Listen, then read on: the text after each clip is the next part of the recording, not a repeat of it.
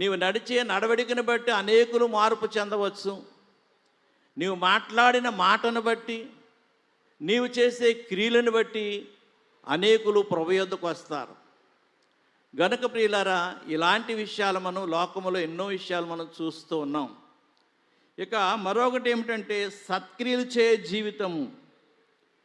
ప్రియులారా, పరిశుద్ధుడైనటువంటి మత్తయి వ్రాసిన 5వ అధ్యాయం 16వ వచనంలో మనుషులు మీ సత్క్రియలు చూచి పరలోకమందు తండ్రిని మహిమపరచునట్లు మీ వెలుగు వారి ఎదుట ప్రకాశింపనీయుడి. ప్రియులారా, సత్క్రియలు అనగా మంచి క్రియలు. మంచి ఏమిటో చెడేమిటో చిన్న పిల్లవాని మొదలుకొని వృద్ధాప్య కాలం వరకు కూడా అందరికీ తెలుసు. ఒక చిన్న పిల్లవాడు ఎవరినైనా సరే ఆకతాయితనంగా కొట్టి వచ్చేస్తే, వాడు కొట్టిన తర్వాత వారు మన ఇంటికి వచ్చి మీ అబ్బాయిమ్మలు కొట్టారు అంటే మనం అడుగుతాం, ఎందుకు కొట్టావురా అంటే వాడు నవ్వుతాడు. అలాగే ప్రియులారా, అది వాడికి తప్పు అని తెలుసు, చెడుని తెలుసు. అలాగే కాలంలో మనం ఏ క్రియలు చేసినా, ఏ కార్యాలు చేసినా, మనం మంచి క్రియలు చేస్తున్నామా చెడ్డ క్రియలు చేస్తున్నామా అనేది మనందరికీ ఒక మనస్సాక్షి అనేటిది ఉన్నది. అందుకే మన దైవజనులు దేవదాసయ్య గారు కూడా మనస్సాక్షిని గూర్చి ఒక ప్రత్యేకమైన పుస్తకంలో చాలా విషయాలు రాసుకుంటూ వచ్చారు. కనుకనే దైవజనులు రాసిన పుస్తకాల్లో ఒక్కొక్కటి మనం జాగ్రత్తగా చదివితే అయ్యగారు బోధలన్నీ కూడా మానవులకి ఉపయోగకరమని ఆయన జ్ఞాపకం చేసుకుంటూ వచ్చారు. అంచేత ఇన్ని లక్షల మంది ప్రజలు ఇక్కడికి వచ్చారు కనుక మీరందరూ మీ యొక్క హృదయం అనే మనస్సాక్షిని ఒకసారి ఆలోచించుకుంటూ, నేను మంచి క్రియలు చేస్తూ ఉన్నానా లేక చెడ్డ క్రియలు చేస్తున్నానా అని మీరు ఆలోచన చేయాలి. ప్రియులారా, వాస్తవానికి హేబేలు మంచి క్రియే చేశాడు. దేవునికి ఇవ్వటంలో ఆయన శ్రేష్టమైన వాటిని ఇచ్చాడు. గనుక హేబేలు ఇచ్చినటువంటి ఆ యొక్క కానుక దేవునికి చెప్పండి మంచి క్రియగా కనిపించింది. ఈరోజు మహోత్సవాలకి ఇన్ని వేల మంది, ఇన్ని లక్షల మంది వచ్చాం. ఇంత ఘనమైన ఏర్పాట్లు చేసినటువంటి మన ప్రెసిడెంట్ గారు ఎంత ప్రయాసపడుతూ ఉన్నారో అనేది కూడా మనం ఒకసారి గమనించాలి. గనుక వారు మీరిచ్చే డబ్బు వైపు చూడటం లేదు, కానీ దైవజనుడు బయలుపరిచిన బైబిల్ మిషను దైవజనులు ఇచ్చారు కనుక నేను దేవుని వైపే చూస్తానని దైవజనులు అప్పగించిన పనిని వారు భుజస్కంధాల మీద పెట్టుకొని ప్రభు వైపు చూస్తూ ఈ యొక్క ఘనమైనటువంటి మహోత్సవాలు అయ్యగారు జరిగిస్తూ ఉన్నారు. అంచేత హేబేలు వలె మీరు కూడా మంచి క్రియలు చేస్తే మీరిచ్చే ప్రతి కానుక కూడా అది మంచిగానే రుజువు చేయబడుతుంది, కానీ చెడుగా చెప్పండి అది రుజువు చేయబడదు. వాస్తవానికి కయ్యూను అనేటువంటి వ్యక్తిని మనం చూస్తాం. అతడు కూడా దేవునికి ఇచ్చాడు, కానీ దేవునికి మంచి అనేటువంటిది కనిపించలేదు. అంటే తన హృదయపూర్వకంగా ఇచ్చిన కానుక కాదు. అందుకే అక్కడ వాక్యంలో చూస్తే వాకిట పాపము పొంచి ఉన్నది అన్నది ఆదికాండం 4వ అధ్యాయంలో. గనుక ఆయన యొక్క పాపము తన వాకిటే పొంచి ఉన్నదంటే ఆయన కూడా దేవునికి ఇచ్చాడు, కానీ దేవునికి ఇవ్వటంలో మనస్ఫూర్తిగా ఇవ్వలేదు. ఈరోజు మనము కూడా ఈ మహోత్సవాలకు వచ్చాం గనుక మనమిచ్చేటువంటి ఆ యొక్క ప్రత్యేకమైన కానుక మనస్ఫూర్తిగా మంచికి ఉపయోగపడే కానుకగా మనం ఇస్తే ఆ క్రియలను చూచట దేవుడు ఆనందిస్తూ మీ వెలుగు వారి ఎదుట ప్రకాశింపనీయుడంటే మీరు చేసే మంచి క్రియలు ఇంకా ఇతరులకు కనపడేటట్టుగా మీరు ప్రయాసపడండి అని చెబుతూ ఉన్నారు. ప్రియులారా, 4వదిగా మనం చూస్తే ఇక్కడ స్థానికుడైన యోహాను గూర్చి ఒక సాక్ష్య జీవితాన్ని గూర్చి మనం చూస్తూ ఉన్నాం. యోహాను సువార్త 5:35లో చూస్తే ప్రభువైన యేసుక్రీస్తు వారు యోహాను గూర్చి సాక్ష్యం ఇస్తూ అతడు వెలుగుచున్నటువంటి మహాగొప్ప మండుచున్నటువంటి ప్రకాశముదా ఆయన ప్రకాశిస్తూ ఉన్నాడు. గనుక ఆయన కంటే గొప్ప సాక్ష్యము నాకున్నది, నా తండ్రి పంపించగా నేను ఆ కార్యములు చేస్తూ ఉన్నానని తన్ను తాను సాక్ష్యమును గూర్చి 36వ వచనంలో జ్ఞాపకం చేస్తూ ఉన్నారు. చేత సాక్ష్యపు జీవితం ఉండాలి, స్వార్థ జీవితం ఉండాలి, వెలుగు జీవితం ఉండాలి, అలాగే మనము చేసే మంచి క్రియలు ఉండాలి. నాలుగవదిగా నీవు దేవుని దృష్టిలో ఒక మంచి సాక్షిగా బ్రతకాలి.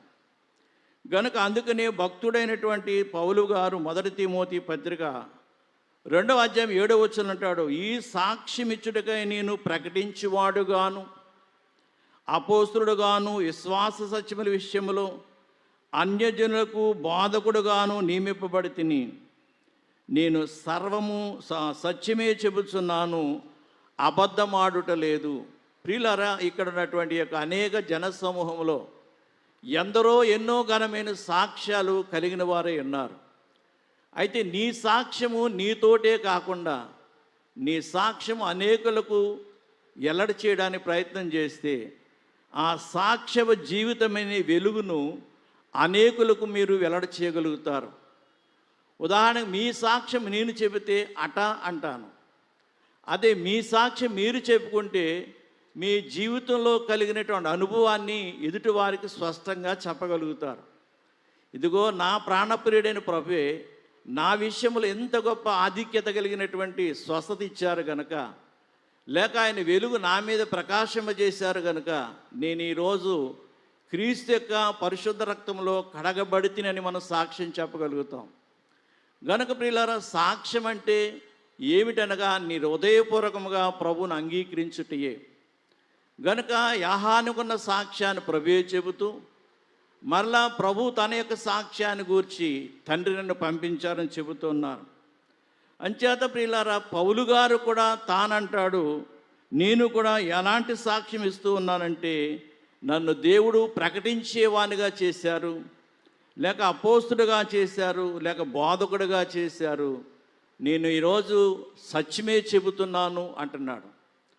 ఒకప్పుడు బోధకుడుగా కాకమునుపు హానికరుడు అయ్యున్నాడు పౌలు మహాభక్తుడు. గనుక హింసకుడుగా ఉన్నాడు. అలాంటి ఆయన తాను సాక్ష్యం చెప్పుకుంటాడు, నేను సత్యమే చెబుతున్నాను అంటున్నాడు.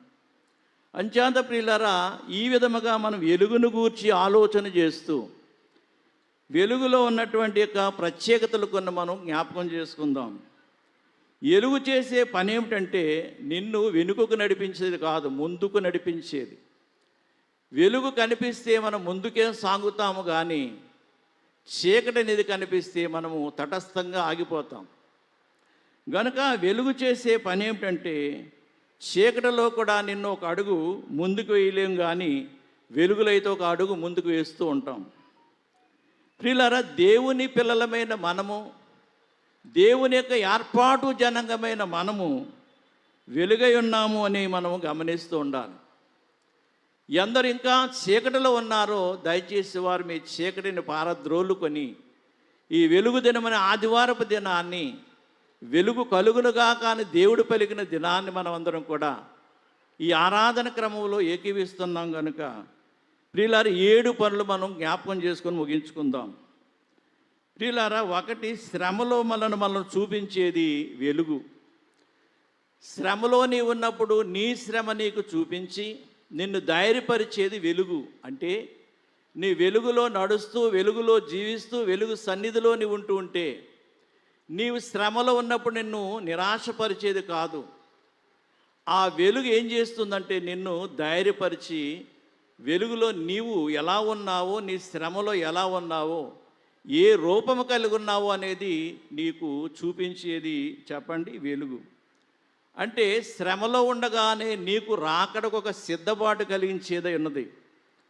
రెండవదిగా మనలను ఇతరులకు కూడా చూపించేది వెలుగు. నీ వెలుగులో ఉన్నట్లయితే నీ వెలుగునట చీకట్లో ఉన్న వారికి చూపించి వారిని కూడా వెలుగులోకి నడిపించేది చెప్పండి మనల్ని ఇతరులకు చూపించేది ఈ వెలుగు. మూడవదిగా నిన్ను పాపము నుండి మళ్ళించేది వెలుగు. చేసే పని ఏమిటంటే పాపములో పడిపోతూ ఉంటే పాపములో పడుతూ ఉన్నావని నీకు చూపించి పాపము నుండి తప్పించేదై ఉన్నది. కీర్తనల గ్రంథం 119:11, కీర్తనల గ్రంథం 119:11వ సంకీర్తనలో చూస్తే దావీదంట, నేను పాపము చేయకుండానట్లు నా హృదయములో నీ వాక్యమును ఉంచుకొని ఉన్నాను అంటున్నాడు. అంచేత పాపము నుండి తప్పించేది దేవుని యొక్క వాక్యమనే వెలుగు. గనుక నీ వెలుగులో పడిపోకుండా చూసేది, నిన్ను నీకు స్పష్టంగా వెలుగులో నడిపించేది. మూడోదట, పాపము చేయకుండా ఉండునట్లు నా హృదయములో నీ వాక్యము ఉంచుకొని ఉన్నాను అంటున్నారు. నాలుగోదిగా చూస్తే ప్రియులారా, వెలుగు ఆదరణ కలుగు చేయును. ఉదాహరణకు మనమే ఒక ప్రయాణం సాగిస్తున్నప్పుడు వెలుగు దాటి మరలా మనకు చీకటి ఎదురైనప్పుడు మనం చాలా వరకు ఇంత చీకటిగా ఉన్నదేమిటి అని మన వాహనాన్ని నడిపిస్తూ ఉన్నప్పుడు అనుకుంటాం. గనుక మన వెనుక ఒక వెలుగు వచ్చినప్పుడు మనకు కొంచెం ధైర్యం కలుగుతుంది.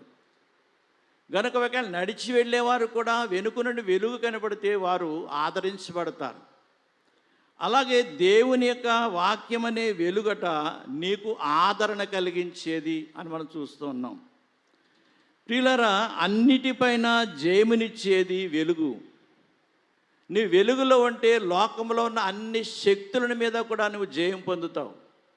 అందుకే దైవజనులు జయము రాకపూర్వమే మనకు జయము అన్నారు. అంచేత మనకు జయము అనేది రాదు అని కాదు, వస్తుంది కనుక అది తప్పక మనకు విజయమే కలుగుతుంది, జయమే కలుగుతుందని మనం వెలుగులో ఉన్నవారమైతే మనం నమ్మి దేవుని మనం స్తుతించి గణపరచగలుగుతూ ఉంటాం.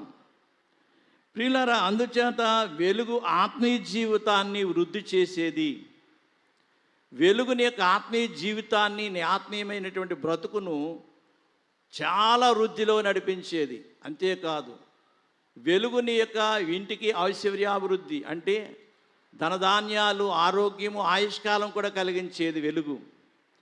ప్రియులారా, వెలుగు ద్వారా మీకు కావలసిన ఆశీర్వాదాలన్నీ సంపాదించుకుంటారు. ఏడోదిగా గనుక ప్రియులారా, మరి ఆదివారపు దినమందు మనము వెలుగు దినముగా మనం భావిస్తూ, మన దైవజనులు సెలవిచ్చినట్లుగా, మన పితరులు సెలవిచ్చినట్లుగా, అలాగే మన ప్రెసిడెంట్ గారు కూడా ఆదివారం గురించి చెప్పినట్లుగా ఆదివారం ఒక గొప్పతనాన్ని గురించి మనం చూస్తూ ఉన్నాం.